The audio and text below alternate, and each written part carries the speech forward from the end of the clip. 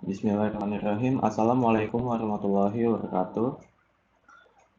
Saya Renaldi Ferdiansyah dari kelas 2KB03 akan menjelaskan tentang sistem operasi, yaitu Kali Linux, yang merupakan distribusi Linux.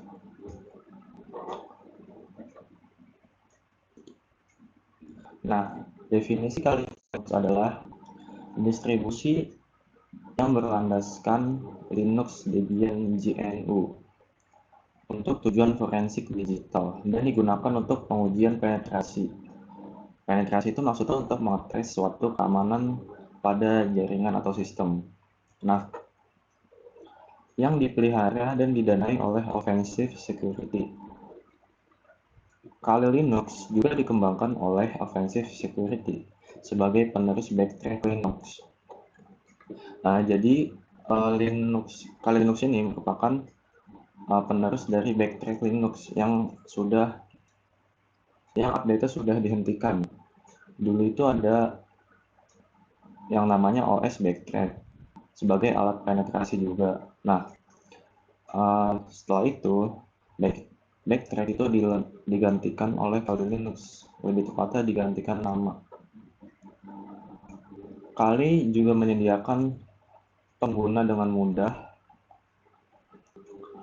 akses terhadap koleksi yang besar dan komprehensif untuk alat yang berhubungan dengan keamanan, termasuk port scanner untuk password cracker. Kali merupakan platform yang mendukung Metasploit framework dari proyek Metasploit, berupa alat yang mengembangkan dan melaksanakan kode eksploitasi terhadap mesin target jarak jauh. Distro ini juga menyertakan alat-alat keamanan termasuk Wireshark, John the Ripper, Nmap, dan ApeCrack. Nah, jadi alat-alat itu digunakan untuk tujuannya untuk melakukan penetrasi terhadap jaringan. Nah, sejarahnya, Kali Linux saat ini sedang menjadi buah bibir di kalangan pecinta Linux seluruh dunia.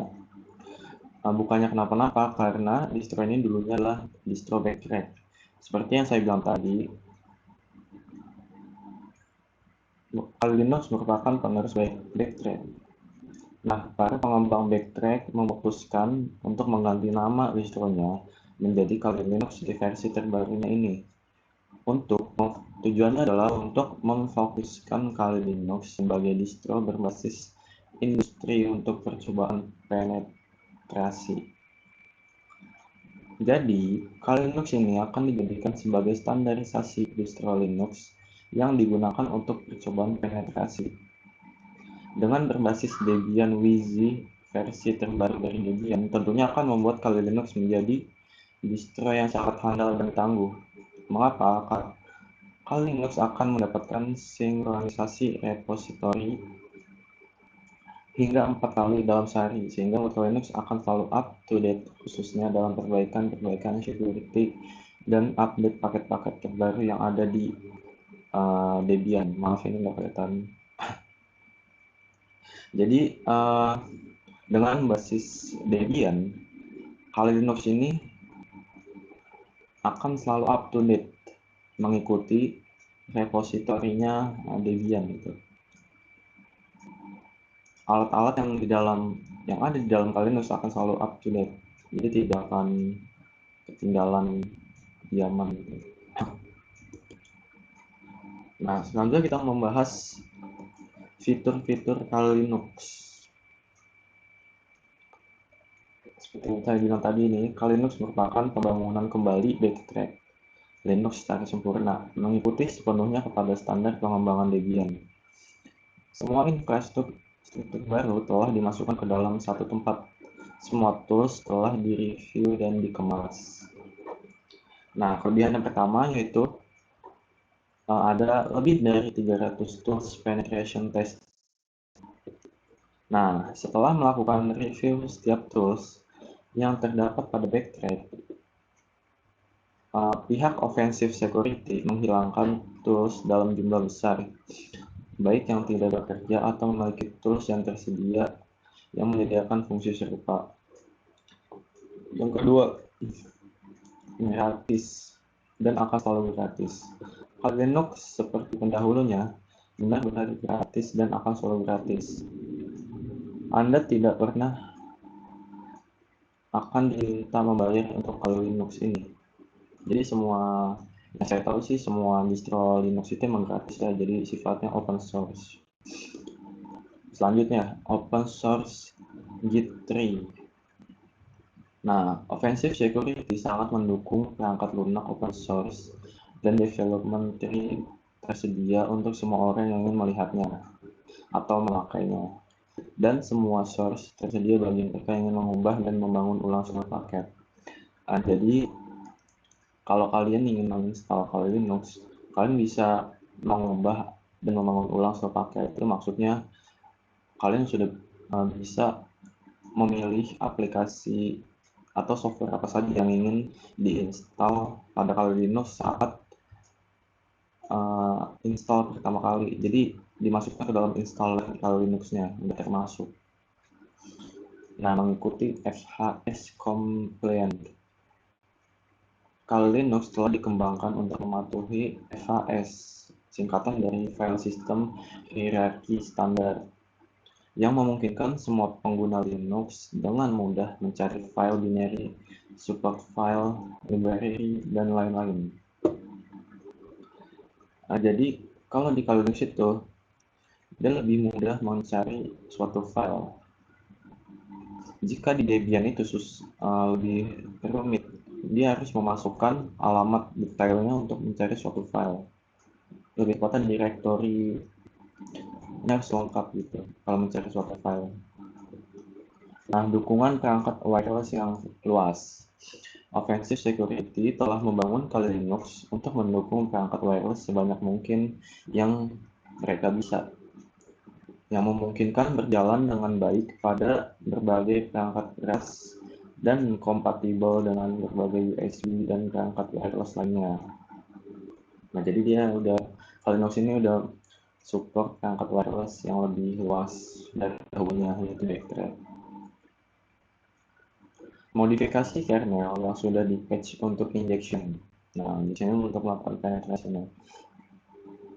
Sebagai penetration tester, tim offensive security seringkali perlu melakukan wireless assessment atau melakukan penilaian wireless hingga kernel kami selalu berjalan dengan baik di perangkat yang terbaru gitu. Jadi untuk demi berjalan di perangkat yang baru, Kali Linux melakukan patch di aplikasi untuk injeksinya gitu. Patch itu termasuk update, jadi setiap itu update. Selanjutnya ada lingkungan pengembangan yang aman. Kali Linux team itu terdiri dari sekelompok orang terpercaya yang hanya dapat commit paket dan berinteraksi dengan repositori saat menggunakan beberapa protokol yang aman. Commit paket dan berinteraksi dengan repositori saat menggunakan beberapa protokol yang aman. Nah, jadi jika di Linux itu nggak ada yang namanya, atau lebih tepatnya sulit untuk ditembus virus, jadinya harus di Linux itu sudah termasuk dalam protokol yang aman gitu. Nah, GPG menandai beberapa paket dan repositori. Maksudnya adalah semua paket Kali ditandai oleh masing-masing individu pengembang ketika paket-paket tersebut dibuat dan dikomit. Kemudian repositori menandai paket.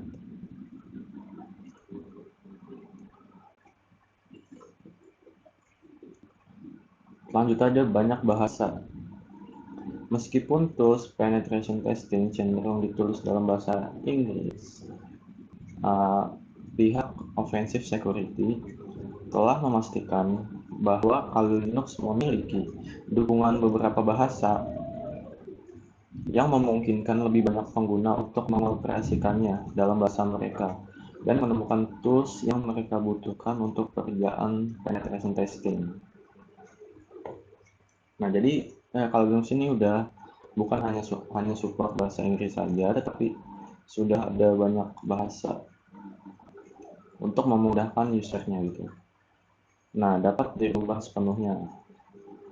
Pihak Offensive Security benar-benar memahami bahwa tidak semua orang akan setuju dengan keputusan desain mereka, sehingga mereka telah uh,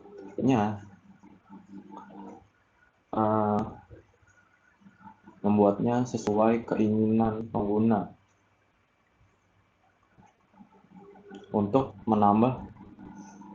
untuk uh, menambah pengalaman usernya saat menggunakan Kali Linux gitu.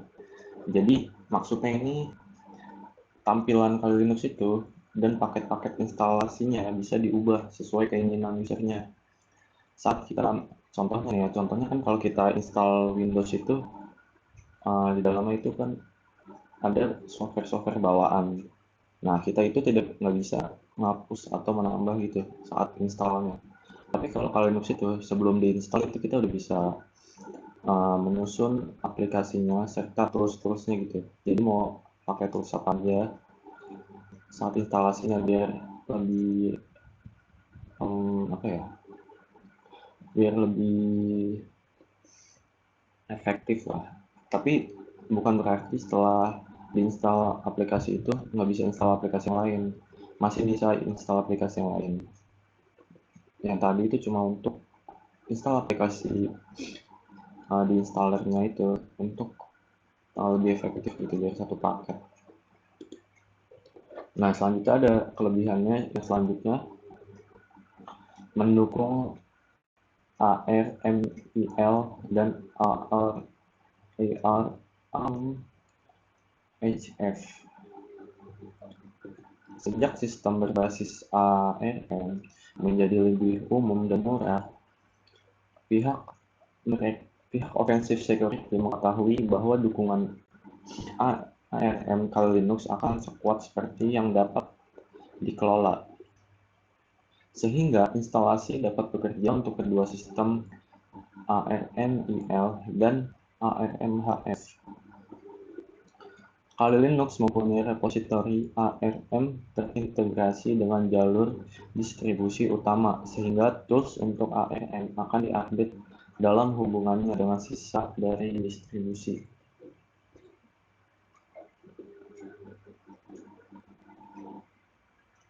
Nah, jadi tools yang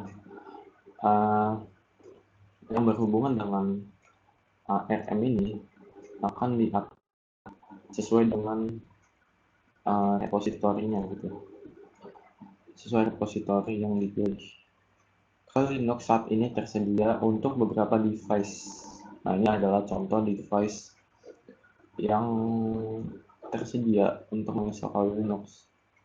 Sebenarnya ada lebih banyak lagi, ini cuma beberapa contoh aja gitu. Di laptop saya pun bisa menginstal Kali Linux gitu. Ini hanya sebagian contoh saja ya, bukan semuanya. Nah, Kali Linux secara khusus itu dirancang untuk penetration testing. Berkali-kali dikatakan untuk penetration testing.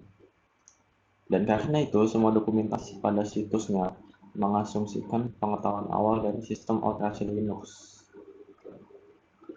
Nah, jadi level Kali Linux ini lebih expert dibanding Ubuntu gitu. Jadi kalau ingin memakai sistem operasi Kali Linux ini harus menguasai Linux, Ubuntu atau yang di bawahnya dulu lah, karena ini basis Debian yang dikenal rumit gitu.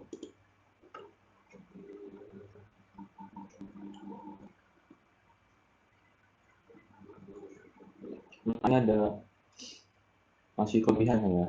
Satu, Kali Linux merupakan sistem operasi dan diperuntukkan untuk menguji keamanan sebuah jaringan, keamanan sebuah website, serta keamanan sebuah sistem operasi. Nah, dari tadi kan sudah dibahas kan ya bahwa sistem operasi Kali Linux ini dikhususkan untuk para penetration tester, yaitu yang menguji keamanan gitu, untuk menguji suatu keamanan website, jaringan, dan sistem keamanan sistem operasi. Biasanya ini dipakai untuk para hacker gitu. Nah, repositori Kali Linux telah sinkron dengan repositori Debian. Nah, Debian ini merupakan induk dari Kali Linux gitu. Jadi Kali Linux mensinkronkan repositorinya dengan Debian. Nah, yang ketiga, ketahanannya dalam menghadapi serangan, sehingga hampir tidak ada virus yang bisa membobol pertahanan Linux.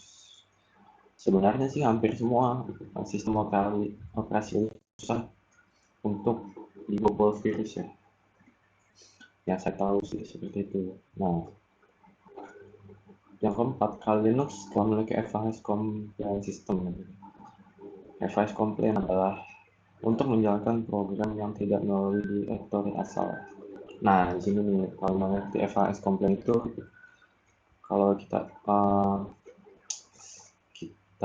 asumsikan sebagai misalkan kita install di aplikasi di Windows ini.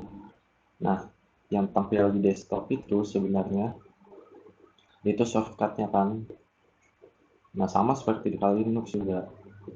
Jadi menjalankan programnya tidak melalui direktori asalnya. Jadi bisa melalui desktopnya, bisa melalui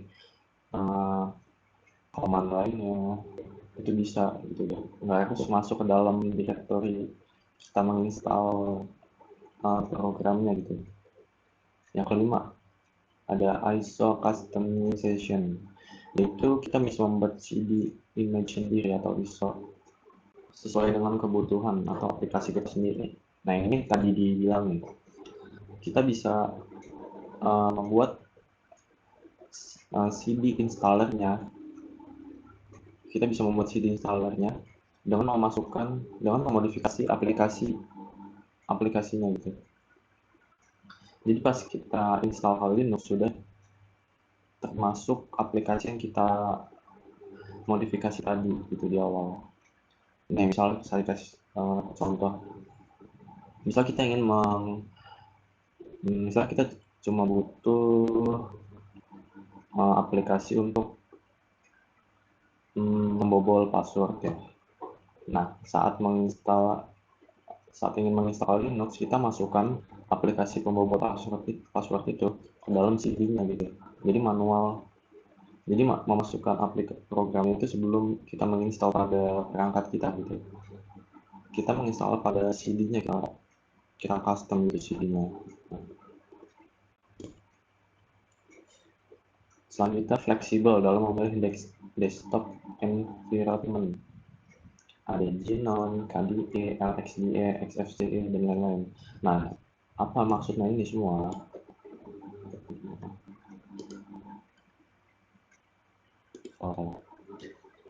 Nah, maksudnya ini GNOME, KDE, LXDE itu merupakan macam-macam lingkungan yang ada di Linux. Macam-macam lingkungan desktop yang ada di Linux. Jadi GNOME, KDE, LXDE, XFCE itu tampilannya masing-masing berbeda gitu. Lebih lengkapnya bisa di Google. Nah, yang ketiga itu tidak perlu install ulang saat versi baru Kali Linux dirilis. Jadi kalau kita mau update OS Kali Linux ini, kita nggak perlu install ulang gitu. Kita cukup installnya melalui situs resminya atau bisa melalui command lainnya gitu. Terminal aja bisa diupdate. Nah, kita berlanjut ke kekurangannya.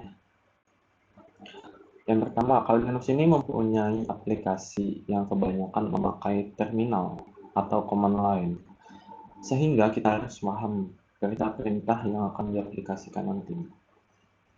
Nah, memang bukan kebanyakan sih.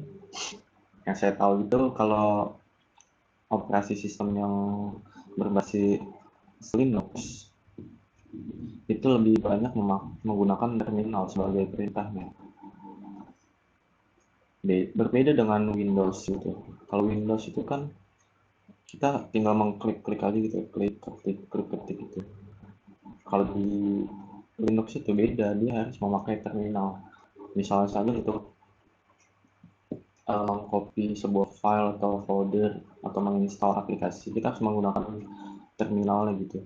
Nggak bisa download langsung install gitu, nggak bisa kayak di kalau di Windows kan ada format .exe itu kan langsung dieksekusi gitu. Kalau di Linux itu nggak bisa, jadi harus manual gitu, diekstraknya manual, kalau manual melalui terminal. Nah, yang kedua, dukungan hardware dari vendor-vendor tertentu yang tidak terlalu baik pada Linux. Jadi kan masih ada beberapa vendor,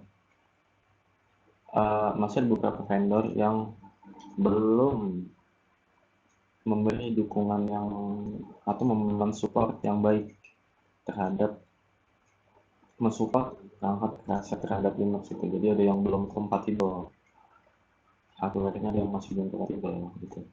Yang ketiga, banyak pengguna yang belum terbiasa. Nah, yang saya bilang tadi, kembali ke awal ini. Kalau yang belum biasa memakai Linux, nah mereka akan kesusahan gitu. Karena kebanyakan memakai terminal. Jadi kita kalau mau ngapa-ngapain itu manual gitu.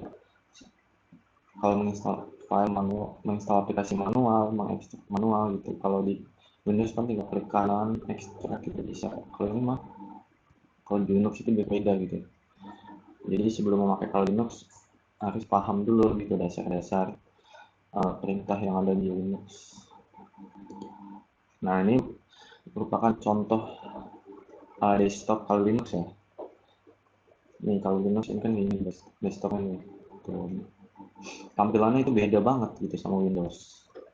Nah, ini terminal ini contoh terminalnya. Nah, ini terminal juga nih. Nah, ini contoh terminal ini kayak gini tuh. Jadi kita harus mengetik manual gitu. Nggak bisa langsung klik kanan, klik kiri gitu, nggak bisa. Kita klik mengetik manual perintahnya gitu. Ini logonya, logo kalau Linux itu kayak seperti naga ya, naga. Nah, kita masuk ke kesimpulannya. Nah, jadi kalau Linux adalah distribusi berlandaskan Linux Debian GNU atau Linux untuk tujuan forensik digital dan digunakan untuk pengujian penetrasi yang dipelihara atau dikembangkan dan didanai oleh Offensive Security. Kali Linux juga dikembangkan oleh Offensive Security sebagai penerus backtrack. Nah, Kali Linux sendiri menyediakan sangat banyak software dan tools untuk melakukan kegiatan hacking, termasuk melakukan testing security pada sistem operasi dan testing security jaringan yang sangat berguna bagi sistem administrator. Nah, seperti yang tadi saya bilang kan, OS Kali Linux ini banyak digunakan untuk kegiatan hacking. Nah, hacking di sini bukan termasuk kegiatan yang jahat ya.